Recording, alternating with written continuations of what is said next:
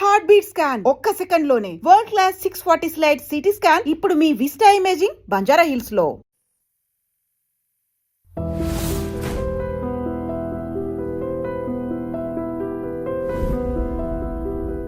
నమస్తే, welcome to I dream news and నిజాలు. ఇరాన్తో రెండవ దఫా చర్చలు జరపడానికి అమెరికా అధ్యక్షుడు డొనాల్డ్ ట్రంప్ అంగీకరించారు. ఇంతకుముందు ఇస్లామాబాద్ టాక్స్ అనుకున్నది కాస్త ఇప్పుడు ఇస్లామాబాద్ ప్రాసెస్ లాగా మారిపోయింది.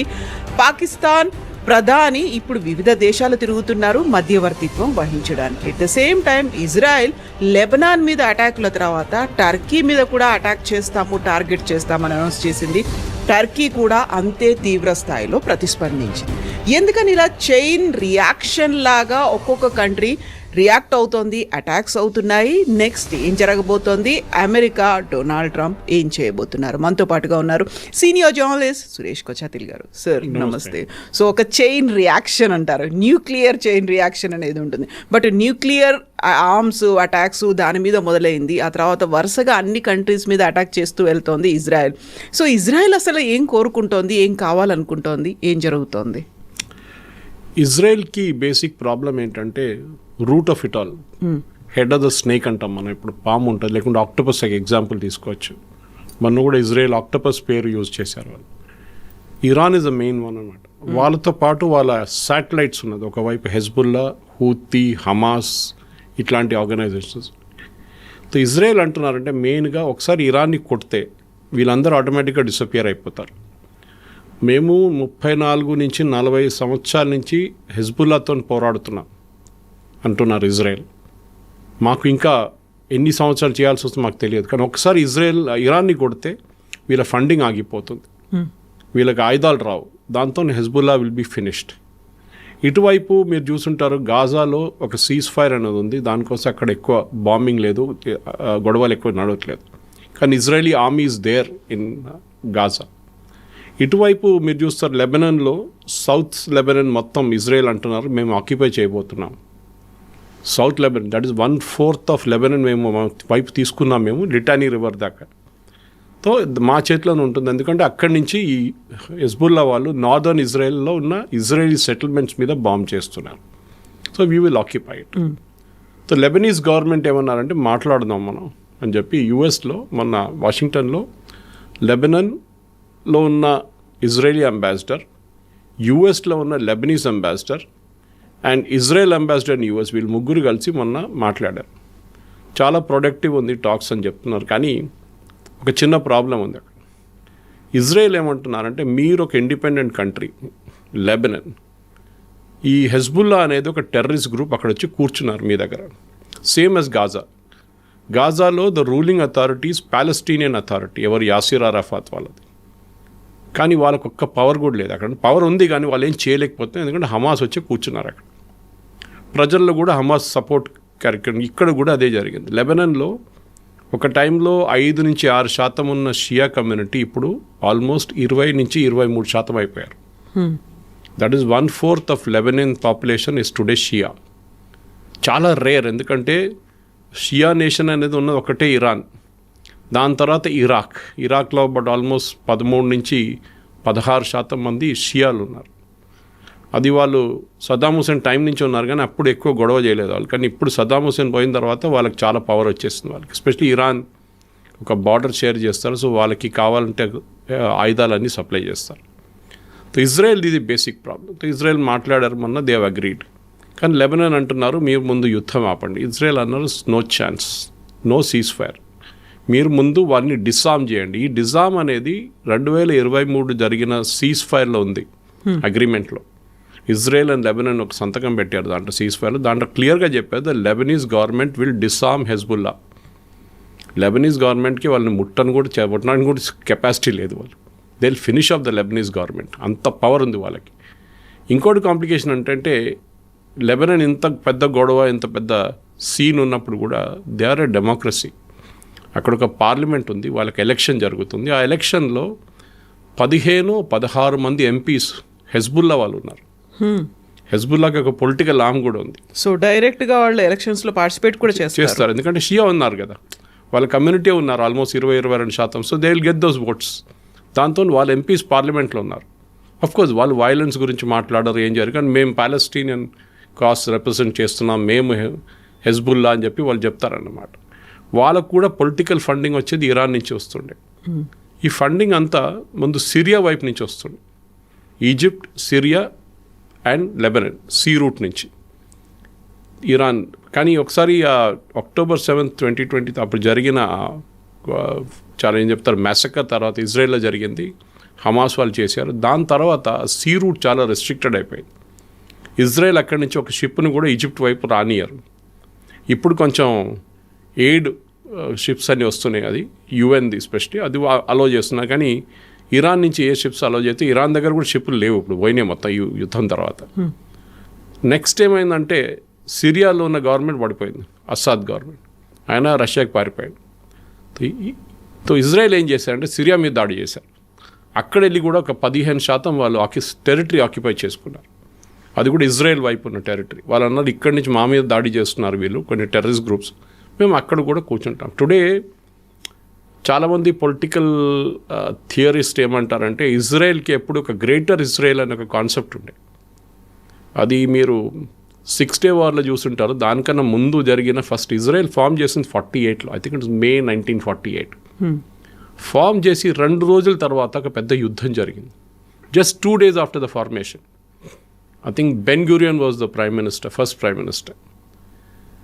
In fact, Ben Gurion, Israel announcement, Israel has formed as a state and announced cheyangane, within 19 minutes, Harry Truman, US president, recognized చేశారు ఇజ్రాయెల్ని, which was a big thing. ఎందుకంటే హ్యారీ ట్రూమన్ మీద చాలా ప్రెషర్ ఉండే recognize చేయకూడదని చెప్పేసి. He had an assistant, very powerful man called Marshall అని చెప్పి, I forget his first name, Marshall. ఈ మార్షల్ అనే మనిషి పేరు మీద ఒక మార్షల్ ప్లాన్ అని ఒక ప్లాన్ ఉండే, that is named after him. Marshall అన్నారు no way you should recognize Israel, పెద్ద గొడవ అవుతుంది అరబ్ నేబర్స్తో, మీరు చేయకండి అని చెప్తే ఈయన హ్యారీ ట్రూమన్ పట్టించుకోలేదు. ఈ అనౌన్స్డ్ 19 minutesలో ఆయన రేడియో మీద అనౌన్స్ చేశారు we're recognising the state of Israel. ఆ రోజు అది జరిగింది. తో అమెరికాకి ఇజ్రాయెల్కి ఉన్న సంబంధాలు చాలా డెప్త్. నిన్న కూడా వైస్ ప్రెసిడెంట్ వ్యాన్స్ మాట్లాడుతూ ఏదో ఒక కాలేజ్లో ఒక స్పీచ్ ఇస్తున్నప్పుడు ఆయన కొంతమంది హెక్కిల్ చేశారు స్టూడెంట్స్. ప్యాలెస్టైన్లో ఏం జరుగుతుంది, మీరు ఇది ఇక్కడేం చేస్తున్నారు, అక్కడేం, ఆయన ఈ spoke about his in-laws also from India. అదే మీటింగ్లో మాట్లాడారు ఆయన. అంటే యూఎస్కి వచ్చిన తర్వాత మీరు యూఎస్ సొసైటీలో మీరు అసిమిలేట్ అయిపోవాలి, మా దేశం కోసం మాట్లాడకూడదు అని చెప్పేసి. అప్పుడు వీళ్ళన్నారు, ఈ ప్యాలెస్టీనియన్స్ అన్నారు. అప్పుడు ఇజ్రాయేలీ కమ్యూనిటీ చూడండి యూఎస్లో, వాళ్ళు ఎప్పుడు యూఎస్ ఓకే యూఎస్, కానీ ప్రైమ్ రెస్పాన్సిబిలిటీ వాళ్ళది. Even though they are American citizens, Israeli Jews వాళ్ళ దేశం కోసమే పనిచేస్తారు వాళ్ళు. అమెరికాలో కూడా మీడియా కంట్రోల్ చేస్తారు, ఫైనాన్స్ కంట్రోల్ చేస్తారు, పొలిటికల్ లాబింగ్ హెవీ ఉంటుంది వాళ్ళది. ఇట్లాంటి పరిస్థితుల్లో ఇజ్రాయెల్ దగ్గర ఉన్న పవర్ అమెరికా మీద మీరు తెలిసి ఉంటుంది. మొన్న కూడా ఫస్ట్ బాంబింగ్ February 28 చేసింది ఇజ్రాయెల్ చేశారు, అమెరికా తోడు పోయారు అంతే, because president Trump wanted some publicity. కానీ బాంబింగ్ యాక్చువల్లీ ఇజ్రాయెల్ వాళ్ళు చేశారు, ఖమేనీని చంపిన దాంట్లో. ఈ పరిస్థితుల్లో కవిత గారు దాట్ మెయిన్ థింగ్ ఇప్పుడు ఇజ్రాయెల్ చేయబోతుంది ఏంటంటే, ఒకవైపు అమెరికా వాళ్ళ గేమ్ ఆడుకుంటున్నారు, వాళ్ళు స్ట్రైట్ ఆఫ్ హార్మూజ్ బ్లాక్ చేశారు, షిప్లను బయటికి రానియట్లేదు. That is only ships, Iran నుంచి వచ్చే షిప్స్, ఇరాన్కి వెళ్ళే షిప్స్. ఇప్పుడు నిన్న టర్న్ బ్యాక్ చేసిన 6 షిప్పుల్లో 3 వాళ్ళని పోనిచ్చారు వాళ్ళు. They didn't exit the strait of Oman, gulf of Oman exit చేయలేదు, స్ట్రైట్ ఆఫ్ హార్మూజ్ ఎగ్జిట్ చేసి ఒక షిప్ ఏమో ఫుజరా వైపు వెళ్ళారు. Fujairah is the oil depot of UAE. యుఏఈలో ల్యాండ్ లాక్డ్ కంట్రీస్ ఉన్నారు చాలా మటుకు, వాళ్ళకి సీ యాక్సెస్ లేదు. దే ఆర్ 6 ఎమిరేట్స్ కదా. సో వాళ్ళు ఏం చేస్తారంటే అబుదాబీలో ఉన్న ఆయిల్ ఫ్యూజరాకి పంప్ చేస్తారు. They are all individual emirates, Dubai, Fujairah, అజ్వైన్, ఇట్లాంటి చాలా మటుకు ఉన్నాయి వాళ్ళ దగ్గర. అందరు కలిసి యునైటెడ్ అరబ్ ఎమిరేట్స్ అంటారు వాళ్ళు. సో ఫ్యూజరాలకి అక్కడ వచ్చి ఆ షిప్ ఫిల్అప్ చేసుకున్నారు. That is a Chinese ship. ఇదే చైనీస్ షిప్ని ఒక 2 సంవత్సరాల ముందు యుఎస్ బ్లాక్ లిస్ట్ చేశారు, ఇరాన్ నుంచి ఆయిల్ తీసుకెళ్తున్నారని. సో ఆ షిప్ని పోనిచ్చారు నిన్న. Okay, but it was going somewhere else, not to China. అట్లనే ఇంకా 2 షిప్లు ఉండి దాన్ని కూడా వెళ్ళనిచ్చారు యుఎస్. సో చాలా మట్టుకు అక్కడ ద బ్లాకేడ్ ఈజ్ ఎఫెక్టివ్ నా. అది ఫిజికల్గా బ్లాక్ చేయడం కానీ చాలా tough. It's a big area, almost 4,000 square kilometers ఉంటుంది గల్ఫ్ ఆఫ్ ఒమాన్ అన్నీ కలుపుకుంటే. సో మీరు ప్రతి చోట ఒక షిప్ పెట్టలేరు బయట నుంచి వచ్చే షిప్, అందుకని track it through satellite. And ప్రతి షిప్కి ఒక కాల్ సైన్ ఉంటుంది, లైక్ ఎయిర్క్రాఫ్ట్ ట్రాన్స్పాండర్ ఉంటుంది. ఆన్ చేస్తే నేను ఇక్కడ ఉన్నాను అని చెప్తారు ఆ షిప్, నా సైన్ ఇది, నా పేరు ఇది అని. లొకేటర్ లాగా location. Ships are also very smart. ముందు మ్యారిటైమ్ ట్రాఫిక్లో లైక్ వాట్ యూ సెడ్, ముందు 15-20 సంవత్సరాల ముందు మ్యారిటైమ్ ట్రాఫిక్లో చాలా రూల్స్ స్ట్రిక్ట్గా ఫాలో చేస్తున్నారు. ట్రాన్స్పాండర్ ఎప్పుడు స్విచ్ ఆఫ్ చేయకూడదు.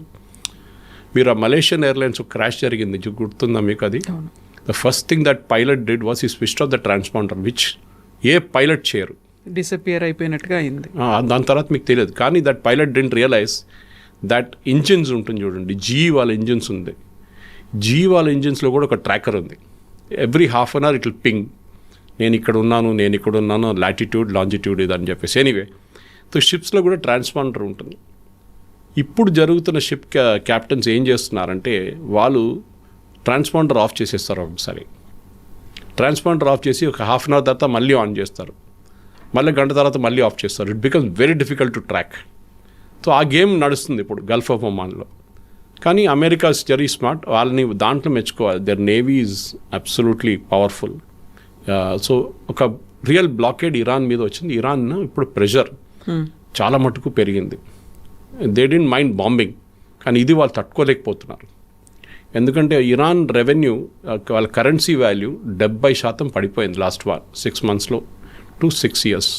6 months ఆల్మోస్ట్ 70% పడిపోయింది రెవెన్యూ. అంటే 100 రూపాయలు ఉన్న రెవెన్యూ వాల్యూ ఇప్పుడు 30 రూపాయలు ఉంది అంతే. వాళ్ళ ఇన్ఫ్లేషన్ ఈజ్ అరౌండ్ 60%. సో అక్కడ తినడానికి తిండి లేదు, డబ్బులు లేదు, అండ్ నీళ్ళు లేవు. ఈ 3 మేజర్ ఇష్యూస్ని. ఇప్పుడు ఆయిల్ కూడా లేదు.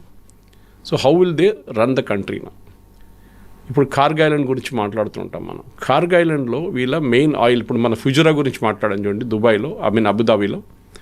అదే టైంలో కార్గ్ ఐలాండ్కి వీళ్ళ పైప్ లైన్స్ అన్నీ వచ్చి పడి ఆ కార్గ్ ఐలాండ్ నుంచి షిప్స్ తీసుకెళ్తారు ఆయిల్ని. సెంట్రల్ డిస్పాచింగ్ పాయింట్ అన్నమాట.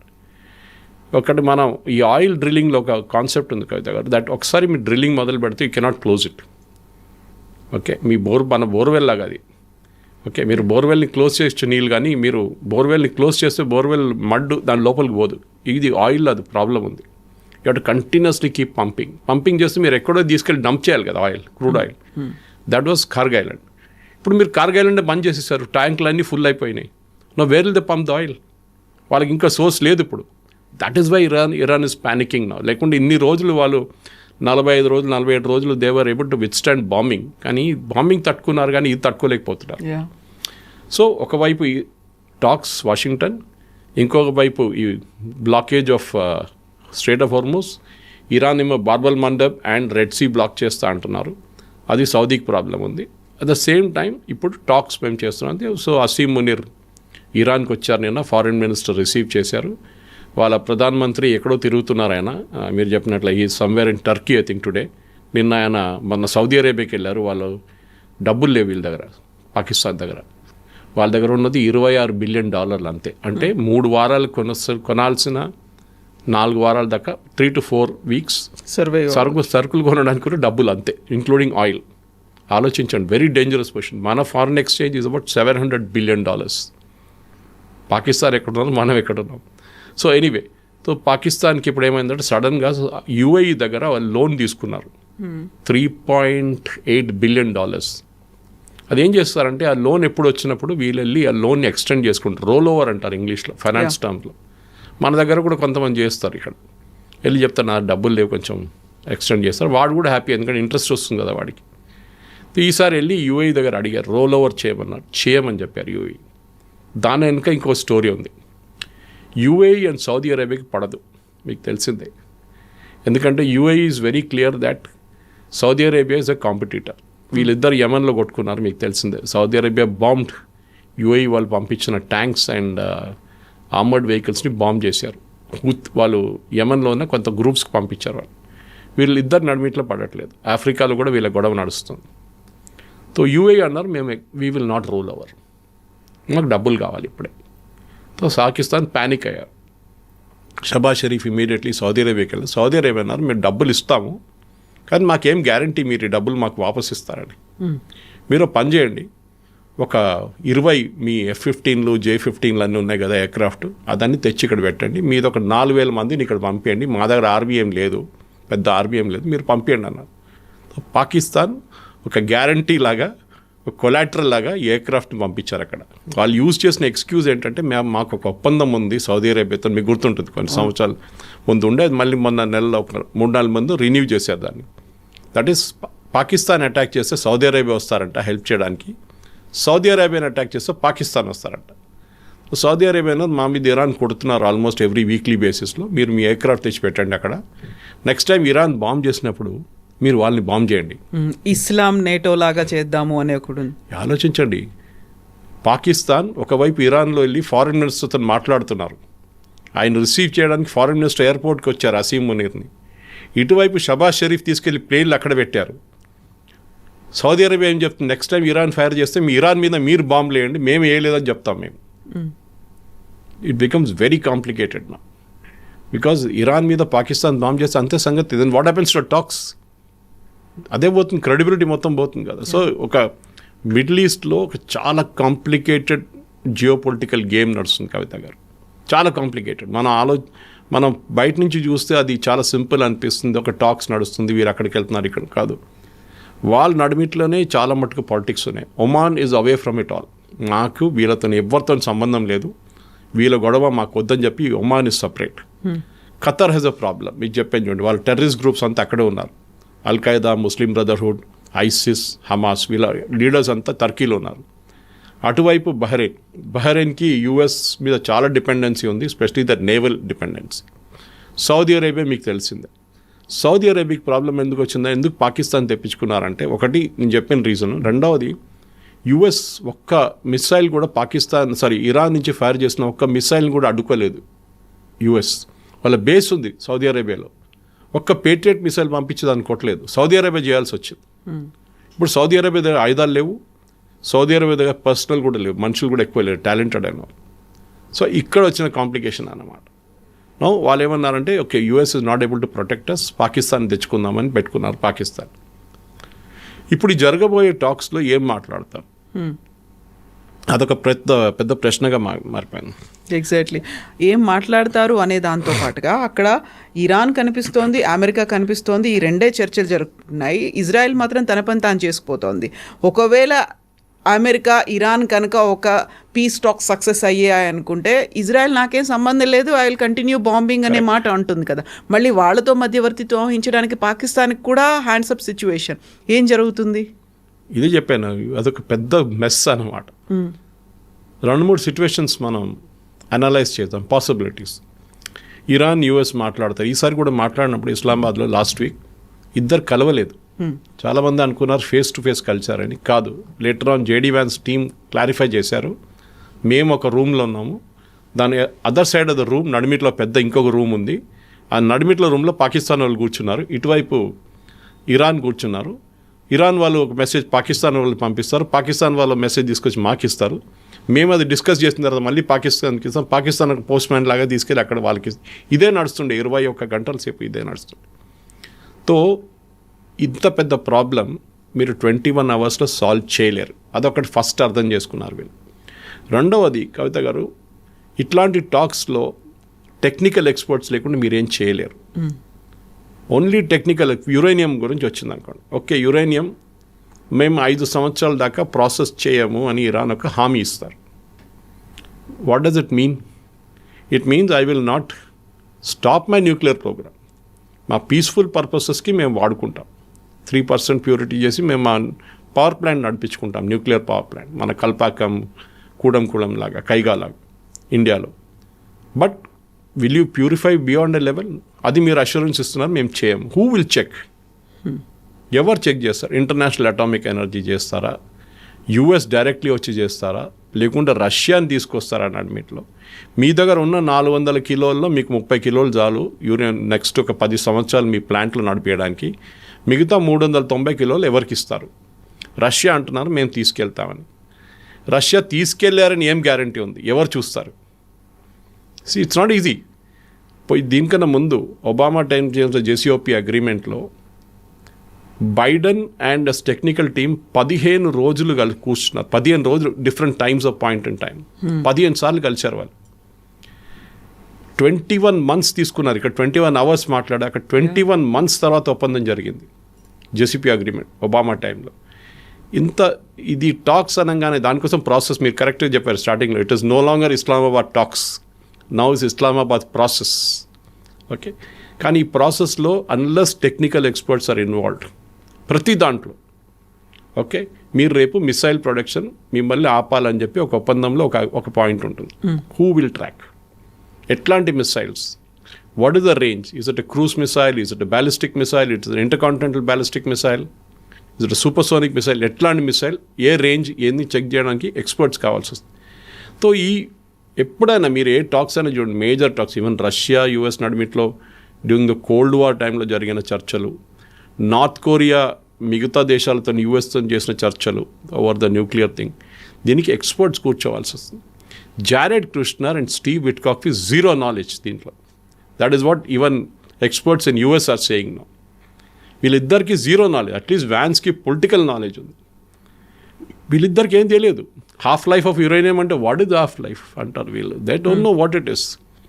ఇది తెలియాలంటే ఎక్స్పర్ట్స్ కూర్చోవాల్సి వస్తుంది. అండ్ ఒక్కరోజు కాదు, 2 రోజులు కాదు, 3 రోజులు కాదు, 4 రోజులు కాదు, వారం మాట్లాడాల్సి వస్తుంది. సో ఏదో ఇన్స్టెంట్ 2-minute మ్యాగీ సొల్యూషన్ దీనికి పనికిరాదు. It's a very complicated process. బహుశా ఇది ఒక 5-6 నెలలు తీసుకుంటారు దీన్ని ఒక అగ్రిమెంట్కి రావడానికి, డెఫినెటివ్ అగ్రిమెంట్. రెండవది, ఇప్పుడు నిన్న Scott Besant US treasury secretary, ఆయన ఒక పెద్ద బాంబు వేసాడు వచ్చి. ఆయన అక్కడ బాంబింగ్ నడుస్తుంది, ఇప్పుడు సీజ్ ఫైర్ ఉంది, కానీ వారం లోపు సీజ్ ఫైర్ అయిపోతుంది. I'm also going to do one bombing, but this will be a commercial bombing అని చెప్పి సెకండరీ శాంక్షన్స్ ఇరాన్ల మీద పెడతాను. దీనికన్నా ముందు కూడా సెకండరీ శాంక్షన్స్ ఉండే, అంటే భారతదేశం ఇరాన్ నుంచి ఆయిల్ కొనుక్కుంటే భారతదేశం మీద టారిఫ్లు పెడతారు. ఇప్పుడు న్యూస్ వచ్చింది నిన్న చెప్పాను చూడండి, చైనా వాళ్ళు radar systems and missiles supply చేయబోతున్నారు ఇరాన్కి అని చెప్పి ఒక న్యూస్ వచ్చింది. Trump immediately 50% tariff on China. అది ఏంటి డీటెయిల్స్ ఏం లేదు. Immediately decided no 50% tariff on China. Why that? యూకేతో పెద్ద ఒప్పందం చేశారు వీళ్ళు టారిఫ్ టాక్స్లో. ఎనీవే, దట్స్ స్లైట్ డైవర్షన్ చెప్తున్నాను ఇక్కడ, ఎందుకంటే మనం కూడా మన టీం వెళ్తున్నారు ఇవాళ రేపు వెళ్తున్నారు యూఎస్కి ఫైనల్ ఆ ట్రేడ్ డీల్ నెగోషియేట్ చేయడానికి. ఇంత పెద్ద ట్రేడ్ డీల్ నెగోషియేట్ చేస్తారు యూకేతో చాలా నెలలు మాట్లాడిన తర్వాత. నిన్న ట్రంప్ అంటున్నారు యూకే మమ్మల్ని హెల్ప్ ఏం చేయలేదు ఈ యుద్ధాల్లో, నేను పనిచేస్తున్నాను, I'm scraping the deal with UK. 30% UK exports యూఎస్కి వెళ్తుంది. యూఎస్ నుంచి చాలా exports including beef comes to UK US నుంచి. ఈ బిజినెస్ ఏమవుతుంది మొత్తం? ఈయన ఒక మంచి కూర్చొని డిసైడ్ చేసేస్తున్నాడే నేను తీసి పడేస్తున్నాను పక్క రాంది అని చెప్పేసి. So this entire thing our trade also is very very dangerous with China మీద మీరు 50% పెడితే మళ్ళీ మీది ఫస్ట్ యుద్ధం, ఈ ట్రేడ్ యుద్ధం మొదలైనప్పుడు ట్రేడ్ టాక్స్ ఒక టారిఫ్ టాక్స్ మీద పెద్ద కాంట్రవర్సీ నడుస్తున్నప్పుడు ఫస్ట్ చైనా మీద వేశారు 250% దాకా వెళ్ళి, మీకు గుర్తుంటుంది. Same problem will come again. మళ్ళీ ఇంటర్నేషనల్ మార్కెట్ మొత్తం కొలాప్స్ అవుతుంది, స్టాక్ మార్కెట్ కొలాప్స్ అవుతుంది, బాండ్ మార్కెట్ కొలాప్స్ అయిపోతుంది. సో ప్రెసిడెంట్ ట్రంప్కి అక్కడ లేని పరిస్థితి అయిపోయింది ఆయనకి. బికాజ్ ఆయన ఇప్పుడు టాక్స్లో ఇన్వాల్వ్ లేరు. బికాజ్ ఆయనకి మీకు తెలిసిందే, ఒకటి మిడ్ టర్మ్ పోల్స్ వస్తుంది, ఆయన రేటింగ్స్ పడిపోయింది చాలా మటుకు. So he's at a wit's end. ఏం చేయాలో ఆయనకి అర్థం కావట్లేదు. ఒక ఎగ్జిట్ పాలసీ లేకుండా ఒక యుద్ధంలో దిగారు. మీరు చెప్పినట్టు ఇజ్రాయెల్ వాళ్ళకి కావాల్సిన వాళ్ళు చేసుకుంటున్నారు, బట్ అమెరికాకి ఏం చేయాలని అర్థం కావట్లేదు. ఇప్పుడు చూడండి, ఈ సోకాల్డ్ సీజ్ ఫైర్లో ఇజ్రాయెల్ రోల్ లేదు ఎక్కడ. దానికోసం లెబనాన్లో వీళ్ళు డిమాండ్ చేశారు కదా ఇరాన్, అక్కడ కూడా సీజ్ ఫైర్ ఉన్నాడు. Israel side nothing doing. Lebanon ఎక్కడుంది, మీరు ఎక్కడున్నారు? We will not agree to any cease fire. ఇవాళ పొద్దున కూడా బాంబు వేశారు తీసుకెళ్ళి ఒక సౌత్ లెబనాన్ మీద. So Israel is doing its job. ఇజ్రాయెల్కి నేను చెప్పాను చూడండి, వాళ్ళ ఫస్ట్ ఫార్మేషన్ తర్వాత 2 రోజుల తర్వాత ఒక యుద్ధం జరిగింది. Within 2 days Egypt, Transjordan, అప్పుడు జార్డన్ పేరు ట్రాన్స్ జార్డన్ అని ఉండే, సిరియా, ఇరాక్ ఎక్కడున్న ఇరాక్ కూడా పంపించారు త్రూ ద సీ. వీళ్ళందరూ కలిసి యుద్ధం చేశారు వీళ్ళు. ఓకే, ఈవెన్ ప్యాలెస్టైన్, గాజా నుంచి జరిగినప్పుడు ఏం జరిగిందంటే ఇజ్రాయెల్ దగ్గర అస్సలు ఏం లేకుండా ఆయుధాలు, నథింగ్ దే హ్యాడ్. కొత్త కంట్రీ, బట్ వాళ్ళ జైనిస్ట్ ఒక ఫోర్స్ ఉండే వాళ్ళు యుఎస్ నుంచి చాలా మటుకు ఆయుధాలు స్మగుల్ చేసి తీసుకొచ్చారు. నడిమిట్లో ఏమైందంటే ఈ యుద్ధం మొదలై ఒక వారం తర్వాత ఒక సీజ్ ఫైర్ జరిగింది, యుఎన్ బ్రోకర్డ్ సీజ్ ఫైర్. ఆ టైంలో ఇజ్రాయెల్ కావాల్సిన ఆయుధాలు తెప్పించుకున్నారు యుఎస్ నుంచి, smuggling via route. This Harry Truman తెలిసిపోయింది, హ్యారీ ట్రూమన్కి వాజ్ ద ప్రెసిడెంట్. కానీ ఆయన కన్నుమూసుకున్నారు, నాకు తెలియదు ఏం జరుగుతుందో. He just closed his eyes. Technically తెలుగులో కన్నుమూయడం అంటే ఇంకో మీనింగ్ ఉంటుంది, కానీ we can always talk about the English parlance అనమాట. He just closed his eyes, I don't know what is happening. ఆ సీజ్ ఫైర్ అడ్వాంటేజ్ తీసుకొని ఇజ్రాయెల్ మొత్తం ఆర్మ్స్ అక్యుములేట్ చేసి కొట్టారు. దాంతో నా యుద్ధం మారిపోయింది. They grabbed entire half of Egypt వాళ్ళ చేతికి వచ్చేసింది Israel. Same with Syria, same with Jordan. వీళ్ళందరూ ఇజ్రాయెల్ పవర్ ఆ రోజు నేర్చుకున్నారు. దాని తర్వాత లేటర్ ఆన్ గోల్డా మీర్ టైంలో 6 Day వార్ జరిగింది. That was again one big war where Israel got lot of territory. కానీ మన తర్వాత వాళ్ళు సరెండర్ చేయాల్సి వచ్చింది టెరిటరీ, ఎందుకంటే యుఎన్ వచ్చారు, యుఎస్ మాట్లాడారు, ఇచ్చేసారు వాళ్ళు. సో ఇజ్రాయెల్ని కొట్టడం అనేది వీళ్ళందరికీ తెలుసు. దానికోసం మీరు చెప్పారు టర్కీ పేరు తీసుకున్నారు మీరు. Turkey is a big problem. మొన్న ఇజ్రాయెల్ మీద ఏదో కామెంట్ చేశారు Turkish president Erdogan. Immediately Netanyahu and వాళ్ళ డిఫెన్స్ మినిస్టర్ ఒక స్టేట్మెంట్ ఇచ్చారు, next you are in line. గుర్తుపెట్టుకోండి, ఒకసారి మీరు ఇరాన్ లెబనాన్ అంతా డీల్ చేసిన తర్వాత మీ వైపు వస్తాం మేము అని చెప్పారు. So Turkey knows they are the target tomorrow అని చెప్పేసి. ఎందుకంటే వాళ్ళ దగ్గర నుంచే చాలా మటుకు ఈ టెర్రరిస్ట్ ఆర్గనైజేషన్స్కి కావాల్సిన ఆయుధాలు, including Iran, Pakistan, Hamas and also Hezbollah, వీళ్ళందరికీ ఆయుధాలు ఇస్తున్నది టర్కీ. ఇప్పుడు పేమెంట్ ఇరాన్ చేస్తారు, ఆయుధాలు టర్కీ సప్లై చేస్తారు.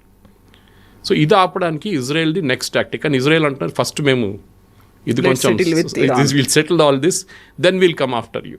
So this is what is going to happen. కానీ ఇదంతా జరుగుతున్నప్పుడు ఎస్ చర్చలు మంచిదే, ఎందుకంటే ఇంటర్నేషనల్ లెవెల్లో మన మోదీ గారితో ఆల్మోస్ట్ 40 నిమిషాలు మాట్లాడారన్నారు ట్రంప్. యూజువలీ ఇట్లాంటి టాక్స్ తర్వాత ఒక రీడౌట్ అని పబ్లిష్ చేస్తారు, వాళ్ళ వైపు నుంచి మన వైపు నుంచి. మన వైపు ministry of external affairs usually read out. ఈసారి రీడౌట్ రాలేదు. ఏం చర్చలు జరిగింది ఎవరికి తెలియదు. పాసిబ్లీ మోదీకి చెప్పుంటారు, మీరు ఇప్పుడు ఏం చేయకండి, అటువైపు నేను వీళ్ళు పంపిస్తున్నాను, షరీఫ్ని మునీర్ని పంపిస్తున్నాను టాక్స్కి అంతా, మీరు ప్లీజ్ వెళ్ళి దీంట్లో ఏం గొడవ చేయకండి. Because India is very close to UAE. యుఏఈకి చాలా మట్టుకు ప్రొటెక్షన్ ఇప్పుడు ఇండియా ఇస్తున్నారు. సో ఈ నడిమిట్లో గొడవలో యుఏఈకి మీరు ఏమైనా హెల్ప్ చేస్తే it will become a big problem for us. And ఇండియాకి యుఏఈ అనగానే చాలా మటుకు ఒక ఏం చెప్తారు, పీపుల్ టు పీపుల్ రిలేషన్. అది మన డయాస్పోరాలో చాలా పెద్ద ఒక diaspora is in UAE, especially in Dubai and Abu Dhabi also and Fujairah and షార్జాలో కూడా. సో మన వైపు మోదీ గారితో ఇదే 40 నిమిషాలు అంటే చిన్న టైం కాదు. It's become two prime minister and president మాట్లాడడం 40 నిమిషాలు ఏదో సబ్స్టాంటివ్గా మాట్లాడారు. అండ్ యూజువలీ రీడౌట్ రాలేదు ఈసారి బయటికి. సో చాలా ఊహాగానాలు నడుస్తున్నాయి. Lot of guesswork is going on, ఏం జరిగింది, ఏం టాక్స్ జరిగి ఉంటుందని. But possibly this is what would happen. ఎందుకంటే నిన్న ఒక న్యూస్ వచ్చింది, ఆల్మోస్ట్ 120 మంది terrorist are waiting to cross the border near Pakistan border. And Amit Shah నిన్న బిఎస్ఎఫ్ అండ్ మిగతా సిఐపిఎఫ్ వాళ్ళ లీవ్ అంతా క్యాన్సిల్ చేశారు నిన్న. Everybody has to report to work అన్నారు, అందరి లీవ్ క్యాన్సిల్డ్ అని. సో ఈ 2 ఇండికేషన్స్ చాలా డేంజరస్. అది ఇంకేదైనా జరుగుతుందా, కావాలని చెప్పి ఇండియా ఏదైనా మళ్ళీ వాళ్ళ మీద యుద్ధం చేస్తే ఆర్ ఎనీ అటాక్ జరిగితే ఈ పీస్ ప్రాసెస్ మొత్తం దెబ్బతింటుంది పాకిస్తాన్లో అని చెప్పి యూఎస్కి ఒక చాలా పెద్ద భయం ఉంది వాళ్ళకి. So that is possibly the reason why Trump Modi గారితో మాట్లాడారు. లేకుంటే మిగతా ఎవరితో ఆయన నిన్న మొన్న మాట్లాడలేదు. 4-5 రోజుల నుంచి he has not spoken to anybody Trump. అదే ఉండొచ్చు బహుశా. సో చైన్ రియాక్షన్ అనేది అక్కడెక్కడో టర్కీ దాకే కాదు, ఇక్కడ భారతదేశం దాకా వచ్చింది. మధ్యలో పాక్ ఆక్యుపైడ్ కాశ్మీర్ ఇవన్నీ కూడా ఉన్నాయి. కాబట్టి యాజ్ ఎర్లీ యాజ్ పాసిబుల్ దీన్ని కొంచెం ఫుల్ స్టాప్ పెట్టాలి అనే ఆలోచన అయితే ఉంది. ఎస్, కానీ నేను చెప్పిన దానికి ఇప్పుడు we're on April 16th as we record this. నా అంచనా ప్రకారం ఈవెన్ ఫార్మర్ యుఎస్ కమాండర్స్ అంటున్నారు, రిటైర్డ్ వైట్ హౌస్ నెగోషియేటర్స్ అంటున్నారు, ఈవెన్ ట్రంప్ ఫస్ట్ టర్మ్లో తోడు పనిచేసిన పీపుల్ లైక్ టామ్ బోల్టన్ అంటున్నారు దట్ ఇది ఇంత ఈజీగా సార్ట్అవుట్ కాదు. మీరు ఎంత ఈజీగా వార్లో వెళ్ళారో అంత కాంప్లికేటెడ్గా బయటికి రావాల్సి వస్తుంది మీకు. ఎందుకంటే ట్రంప్ అనుకున్నారు ఇది చాలా షార్ట్ ఈజీ వార్ అయిపోతుంది, ఈజీగా కొట్టేస్తారు. యాక్చువల్లీ స్ట్రేట్ ఆఫ్ హార్మూజ్ అనేది యుద్ధం మొదలయ్యే ముందు ఓపెన్ ఉండే.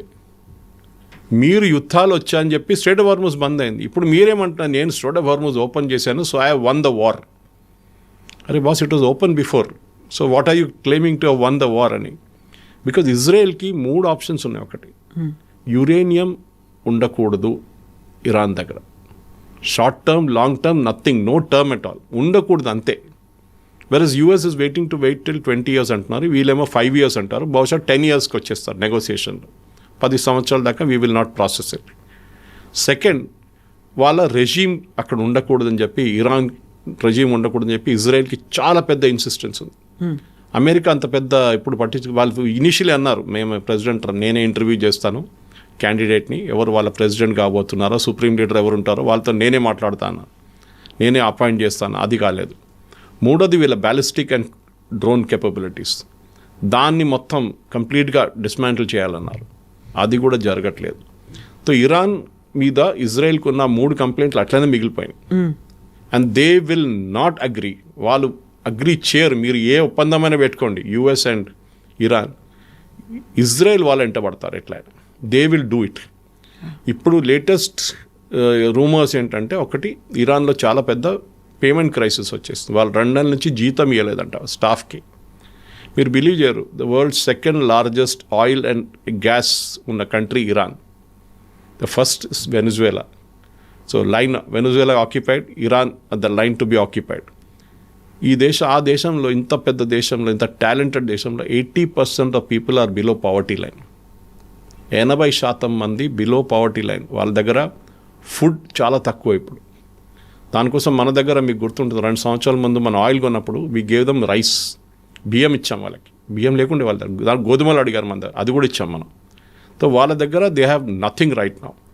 ఈ బ్లాకేడ్లో మనం అనుకున్నాం ఆయిల్ ఆయిల్ ఆయిల్ అని మాట్లాడుతున్నాం కవిత గారు. ఆయిల్ కన్నా ఎక్కువ కంటైనర్ కార్గో, వీట్, రైస్, ఇది వాళ్ళకి వెళ్ళట్లేదు. They have to enter Iran. వాళ్ళు ఇంకో రూట్ వాళ్ళకు ఉంది, తజికిస్తాన్, ఆఫ్ఘనిస్తాన్. కానీ ఆఫ్ఘనిస్తాన్ దగ్గర ఏం లేదు. పంపించాలంటే ఆఫ్ఘనిస్తాన్ దగ్గర ఏమైనా ఉండాలి కదా. దెన్ రష్యా మైట్ ఇంటర్వ్యూన్ అక్కడి నుంచి. కానీ that's a very long route.